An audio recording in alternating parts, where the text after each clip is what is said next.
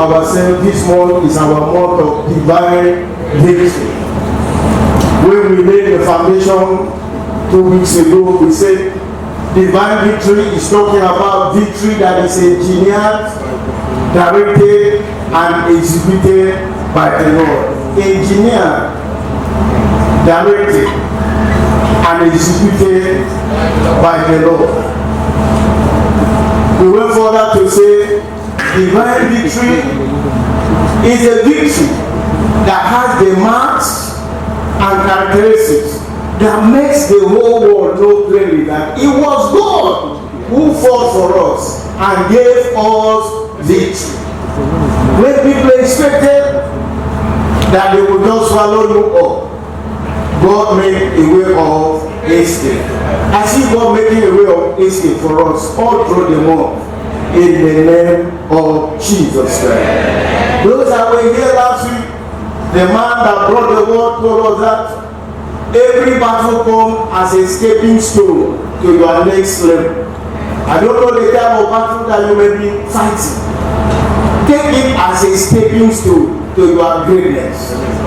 I remember the man of God said that you need to know the type of battle. The type of battle determines the strategy that you are going to use.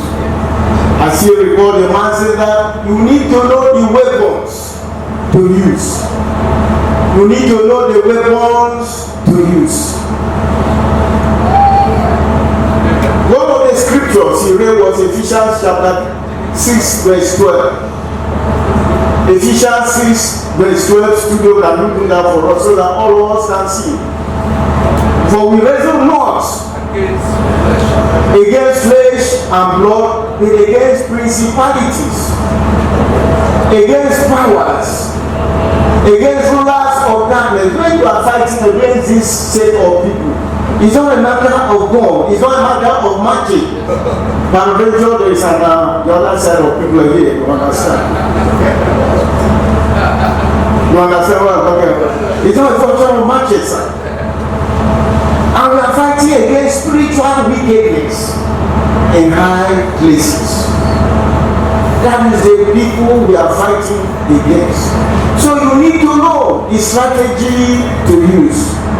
Know the weapon to use. Today I'm going to talk about the weapon of praise. Hallelujah. Praise is a weapon of warfare. Praise is a weapon of warfare. I'm going to talk briefly about the power of praise as a weapon of warfare. Notice Paul and Silas, they caged them. They were brought into prisons, primarily to shut up their mouth. Let them not talk about this Jesus. Secondly, to make the people happy so that they could be crucified, they can kill them. Because they killed the first person, the king, they were chained. So you have done well. So they prepared this one, getting ready to slaughter them. But God did a miracle. In spite of the situation they found themselves, Paul and Silas, they sang praises unto God, and the miraculous happened. Acts chapter 16, verse 25 and 26 to you. Acts 16:25. The Bible says, and at midnight Paul and Silas prayed and sang praises unto God, and the prisoners ate them. Not the one that we say, I was singing inside my heart. We sing that one. But this one, in the difficult situation, Paul and Silas, they sang and the whole world heard. And suddenly, somebody said suddenly, there was a great earthquake. Today, as you are going to see, we will give time for singing and dancing, and there is going to be earthquake in this place. Hallelujah. So that the foundations of the prison were shaken.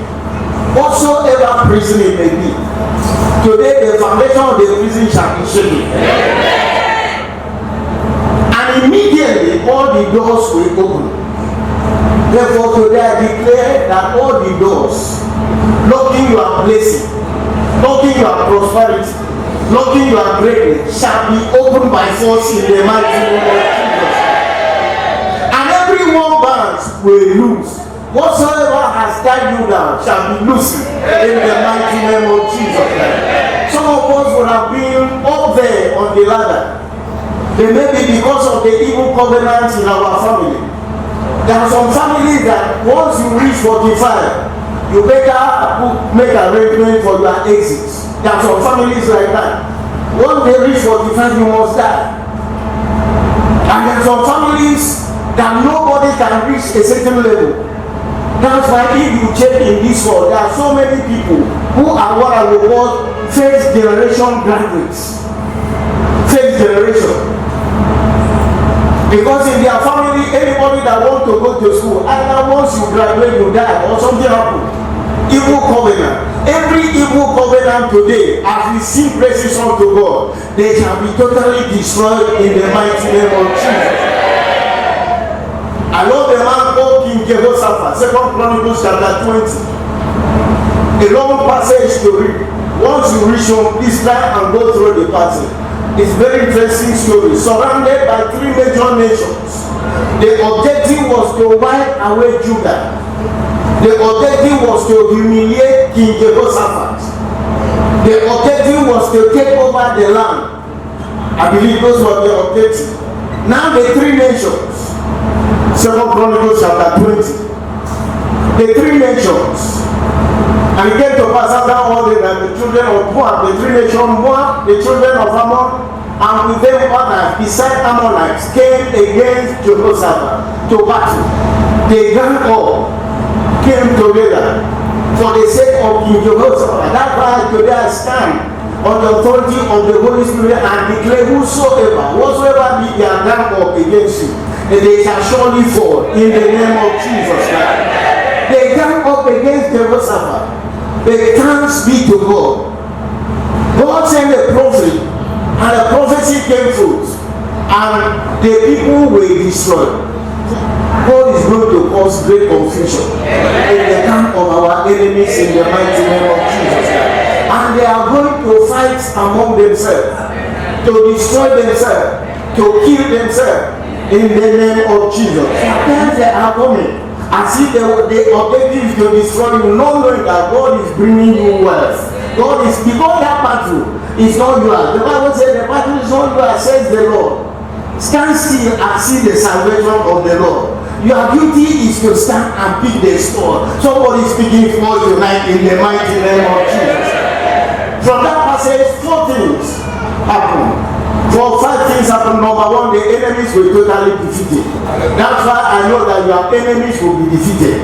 None of them shall escape. Number 2 things that happened. The enemies were dead.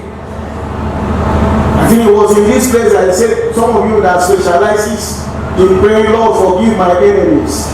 I don't enjoy praying that prayer. Until the enemy is destroyed, before you have peace. Every enemy that wants to be a stumbling block on your path to progress, God will destroy them in the mighty name of Jesus. Well, my friends that specialize in praying for their enemies, it's in the Bible. I'm not saying you shouldn't pray. You can continue to pray. The more you pray for your enemies, the more they torture you. But until the enemy is laid to rest, your race will not come. May God lay all our enemies to rest in the mighty name of Jesus Christ. Number 3 things that happened was abundance of riches. They were busy packing, blessing, packing, spoil, 3 days, and it never finished. Number 4 thing that happened was that joy takes over the place of fear. Hallelujah. Joy took over the place of fear.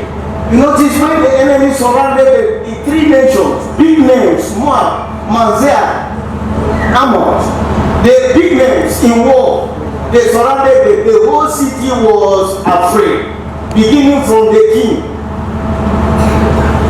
So joy took over the place of fear. Tonight, joy shall take over the place of fear in your life.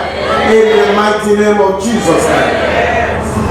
In conclusion, I want to say, do not allow the situation to close your mouth or your heart from praising God. Let no what you are passing through not close your mouth. Be praiseful. Be thankful. Look for reasons to thank this God.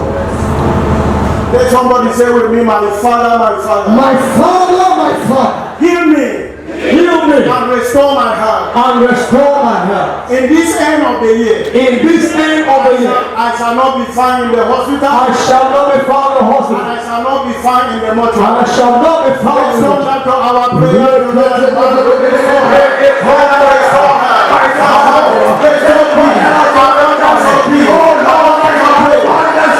to Jesus' mighty name we pray. My Father, bring health and cure to my physical body, to my soul, my spirit. Restore health to me and bring abundant peace to me. Let's all that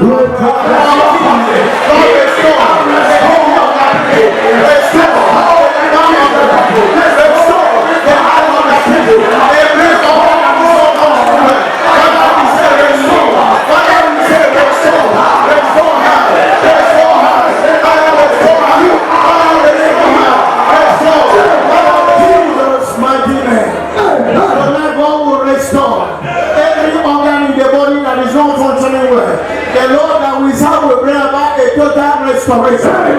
In the mighty name of Jesus. The Lord is the manufacturer of our body. Therefore, He has all the necessary spare parts. Tonight, the angels of the Lord